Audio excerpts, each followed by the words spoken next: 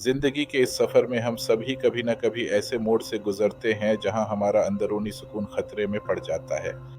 कभी हम किसी पुरस्कून लम्हे में होते हैं और अचानक कोई बात, कोई रवैया हमारी ज़हनी हालत को तहस-नहस कर देता है। आज हम एक ऐसे अहम मौज़ू पर बात करेंगे जिसका सामना हम सबको अपनी रोज़मर्रा की ज़िंदगी में होता है। वो लोग, वो हालात जो हमारे अंदर के सुकून को छीन लेने की कोशिश करते हैं। ये एक ऐसी हकीकत है जिससे कोई भी मफ़र नहीं। हम देखते हैं कि एक नौजवान अपने दफ्तर में अपने सख्त मिजाज अफसर की बातों से बेचैन हो जाता है।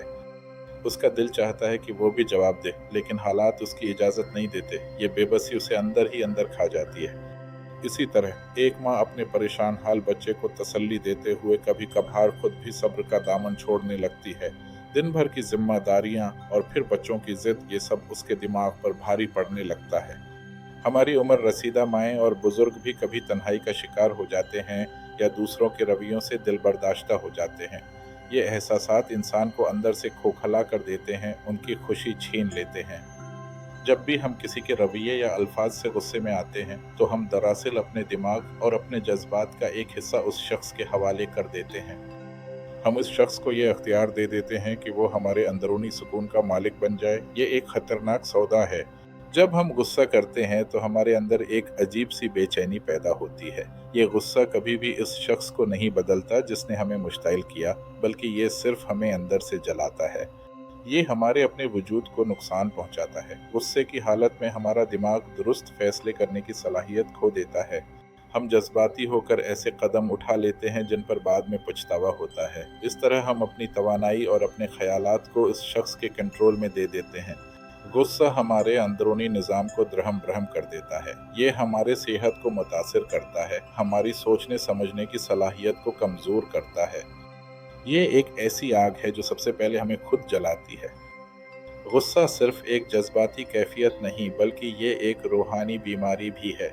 जब हम गुस्से में होते हैं तो हमारे दिल से शफ़क़त और मोहब्बत के जज्बात रुखसत हो जाते हैं। ये हमें दूसरों से दूर कर देता है। ये हमें रूहानी तौर पर भी कमज़ोर करता है। हम खुद को एक ऐसे दायरे में क़ैद कर लेते हैं जहाँ मनफ़ी ख़यालात और एहसासात का राज होता है। ये खुद साख्ता क़ैद हमारे सुकून की सबसे बड़ी दुश्मन है। इसलिए ये समझना बहुत ज़रूरी है कि गुस्सा किसी मसले का हल नहीं है। ये हमें मज़ीद गहरे मसाइल में धकेल देता है। हमें उसके तबाहकुन असरात से खुद को बचाना होगा। हमारा दीन इस्लाम हमें ज़िंदगी के हर शोबे में रहनुमाई फ़राहम करता है। ये हमें सिखाता है कि किस तरह हम अपने जज्बात पर काबू पा सकते हैं और अंदरूनी सुकून हासिल कर सकते हैं। इस्लाम ने हमें सब्र, तहम्मुल और मुआफ़ी जैसी अजीम कदरें सिखाई हैं।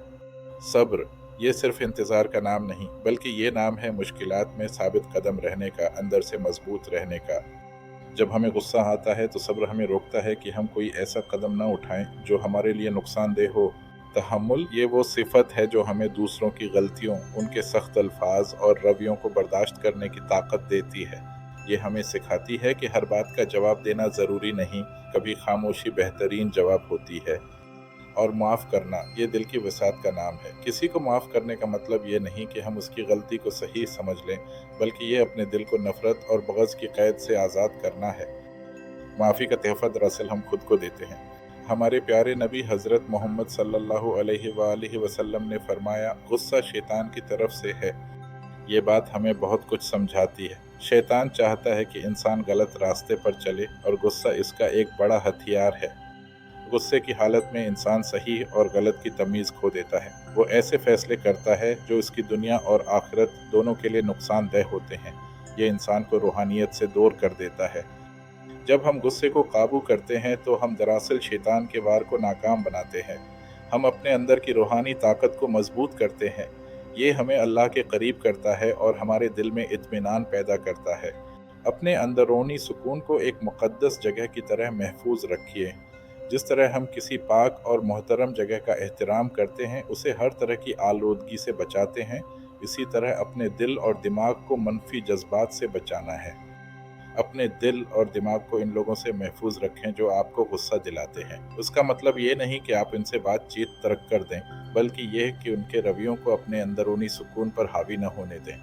सबसे पहले मुआफ़ करना सीखिए। ये एक मुश्किल अमल हो सकता है, लेकिन ये आपके दिल पर से एक बहुत बड़ा बोझ उतार देता है।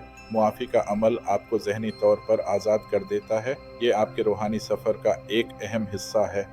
फिर दुआ कीजिए। दुआ अल्लाह से मांगने का बेहतरीन ज़रिया है। जब आप परेशान हों, गुस्से में हों, तो अल्लाह से मदद मांगें। अल्लाह ताला ही हमारे दिलों को सुकून अता करने वाला है। अपनी रूहानियत को मजबूत कीजिए। नमाज पढ़ें, कुरान की तिलावत करें, ज़िक्र व अज़कार करें। ये सब चीज़ें आपके दिल को इत्मीनान बख्शती हैं। ये आपको अल्लाह के साथ एक मजबूत ताल्लुक़ कायम करने में मदद देती है। अपने आप को ऐसी सरगर्मियों में मसरूफ़ रखें जो आपको खुशी और सुकून दें। कुदरती माहौल में वक्त गुजारें, अच्छे लोगों की सोहबत अख्तियार करें, अल्लाह की नेमतों पर गौर करें। ये सब आपके अंदर मुस्बित तवानाई पैदा करेगा। अपने अंदर की दुनिया को इतना मजबूत बना लें कि बाहर की कोई भी चीज़ उसे मुतज़लज़ल ना कर सके। ये एक मुसलसल कोशिश है, एक ऐसा सफ़र है जिसमें आपको हर लम्हा बाख़बर रहना होगा। याद रखिए, आपका सुकून आपकी सबसे बड़ी दौलत है। इस दौलत की हिफाजत करना आपकी सबसे बड़ी ज़िम्मेदारी है। ये दुनिया की आरिज़ी चीज़ों से कहीं ज़्यादा कीमती है। उसे किसी को भी छीनने की इजाज़त ना दें। आपका सुकून आपके ईमान का हिस्सा है, आपकी रूहानी सेहत का आईनादार है। जब आप पुरस्कून होते हैं तो आप ज़्यादा बेहतर तरीके से ज़िंदगी गुजार सकते हैं। इसलिए आज से ही फैसला करें कि आप अपनी ज़िंदगी का कंट्रोल अपने हाथों में लेंगे। अपने जज्बात को अपना ग़ुलाम बनाएं, न कि उनके ग़ुलाम बनें। अल्लाह पर भरोसा रखें और अपनी ज़िंदगी को पुरस्कून बनाएं। इस रास्ते पर चलें जहाँ सुकून है, जहाँ इत्मीनान है। इस रास्ते पर चलें जहाँ अल्लाह की रज़ा है। ये राह आपको दुनिया और आखिरत दोनों में कामयाबी और खुशी अता करेगी। सुकून की राह पर चलिए। अगर आपको ये वीडियो मुफीद लगी हो तो इसे आगे ज़रूर शेयर करें, शायद किसी और की ज़िंदगी में भी खैर का सबब बन जाए। कमेंट्स में मुझे ये भी लिखना कि आपको कौन से उसूल सबसे ज़्यादा मुतासिर करते हैं और अगली वीडियो में आप कौन सा टॉपिक देखना चाहते हैं। मिलते हैं इंशाअल्लाह अगली वीडियो में, तब तक के लिए इजाज़त दें। आपसे दुआ की दरख्वास्त करता हूँ।